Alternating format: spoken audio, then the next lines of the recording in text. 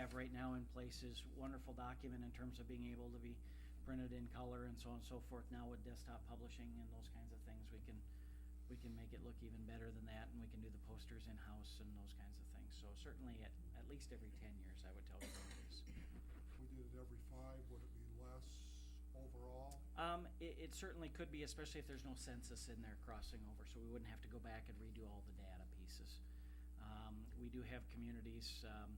Waverly is about on a 6 or 7 year clip, and they're building, I think at the height, I think they were building probably about 60, 65 single-family homes in a year.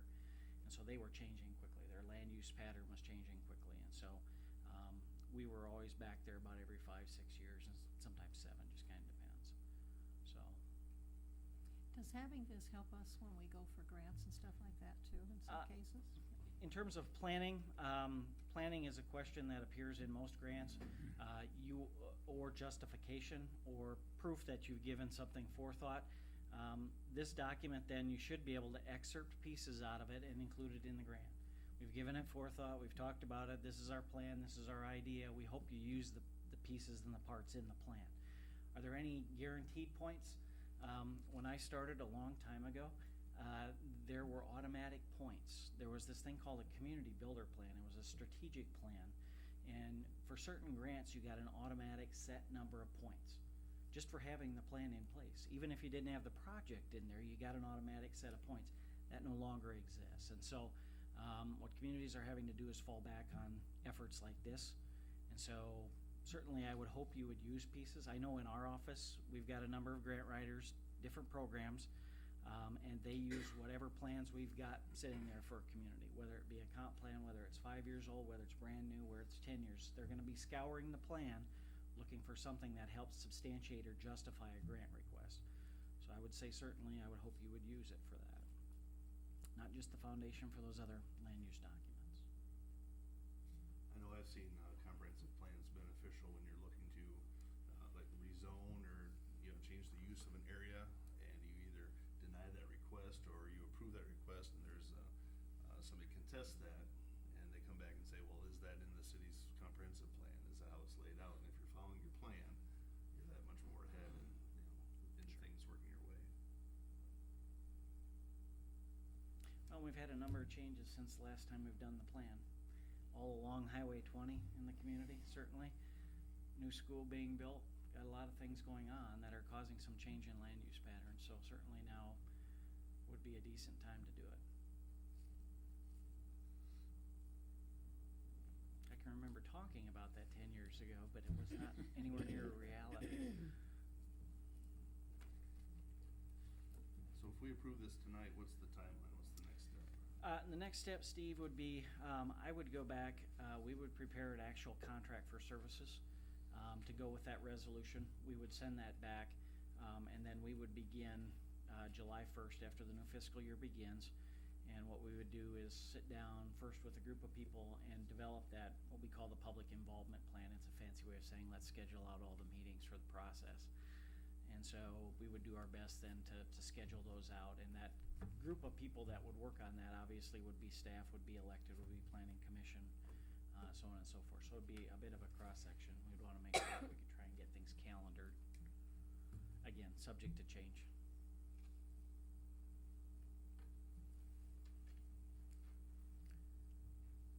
Okay, any other discussion or questions for Brian?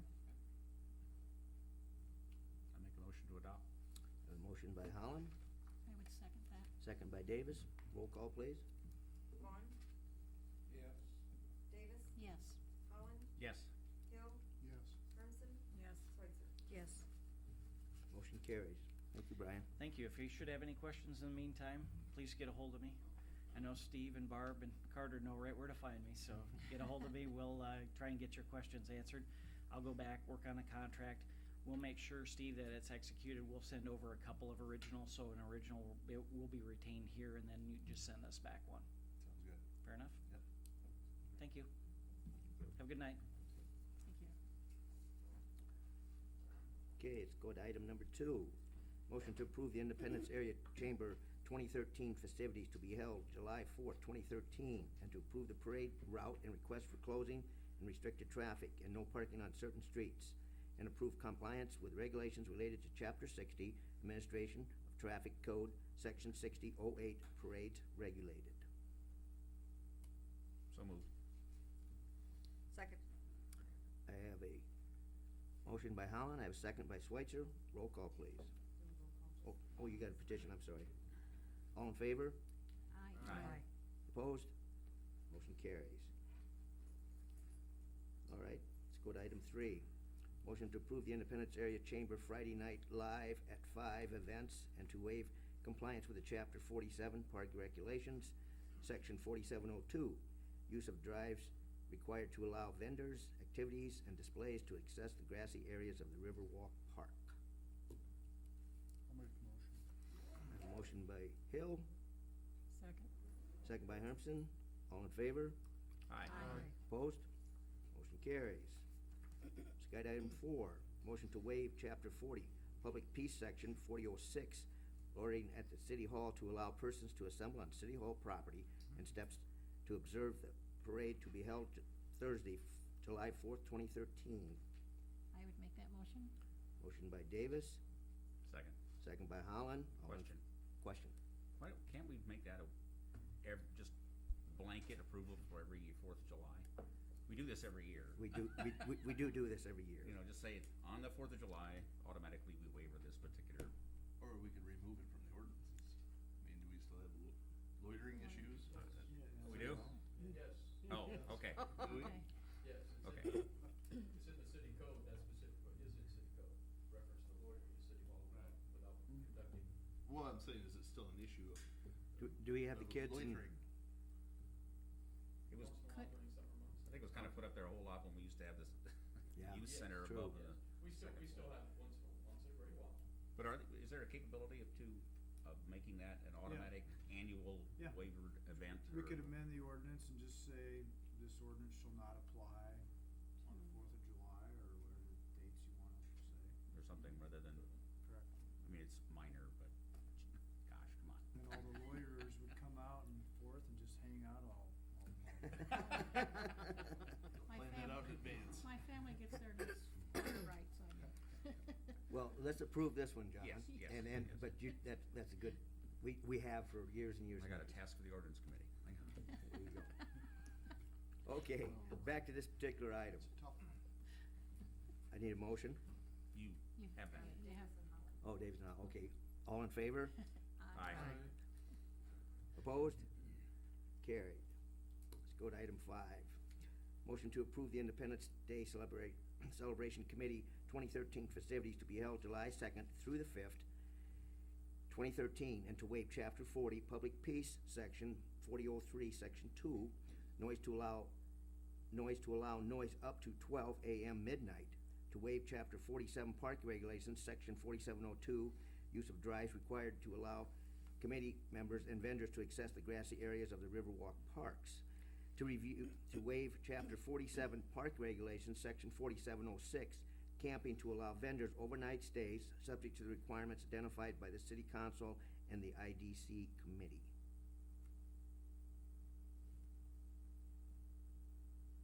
I'll make the motion. I have a motion by Hill, Second? second by Davis. I have one question on this. Question.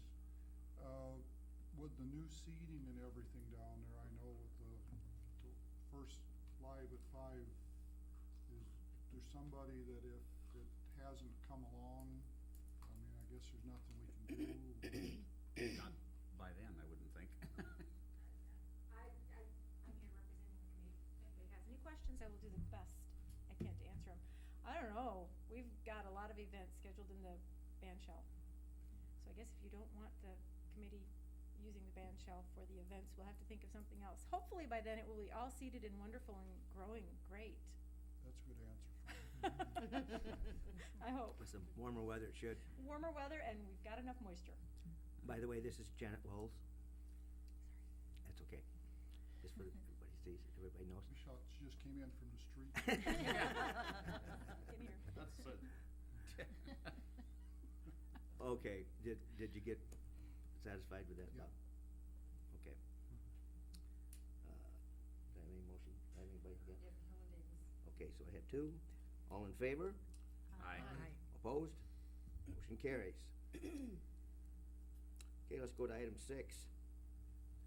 Motion to approve the Independence Day Celebration Committee's request for closing and restricted traffic flow and no parking zones in accordance with Chapter 60, Administration of Traffic Code, Section 6008, Parades Regulated, and Chapter 69, Parking Regulations, Section 6906, Parking Prohibited, and Section 6908, No Parking Zones.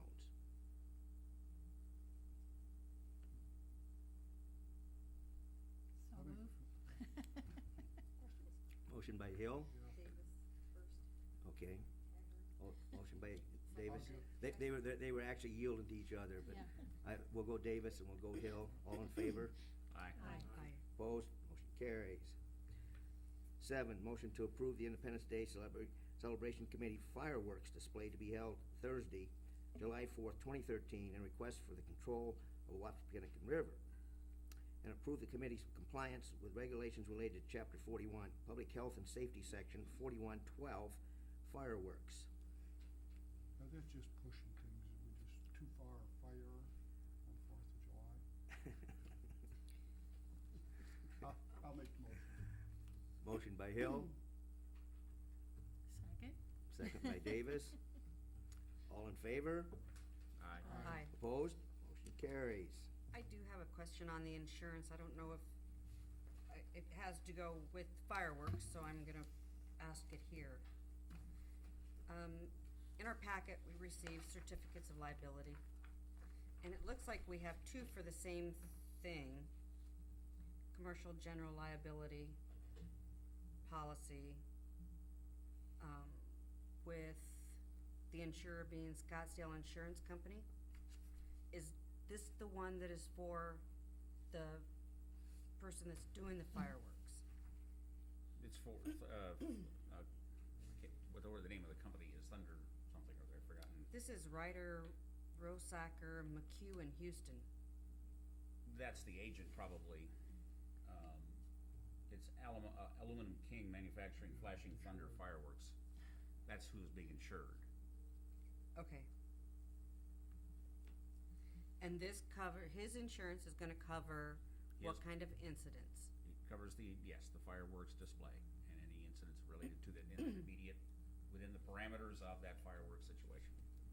So it, not only Riverwalk Park and where he's set up, but it will go a couple blocks out of that area? Only the perimeter of the fireworks area. So just where it's Yeah, displayed? yeah. So if somebody in the crowd gets hurt, that's the city's coverage? There can be some things, we've had, one incident, actually two, since the 2004, since it was started, where we had fireworks actually fell into the park area. And you had minor, some of the, actually clothing gets more of a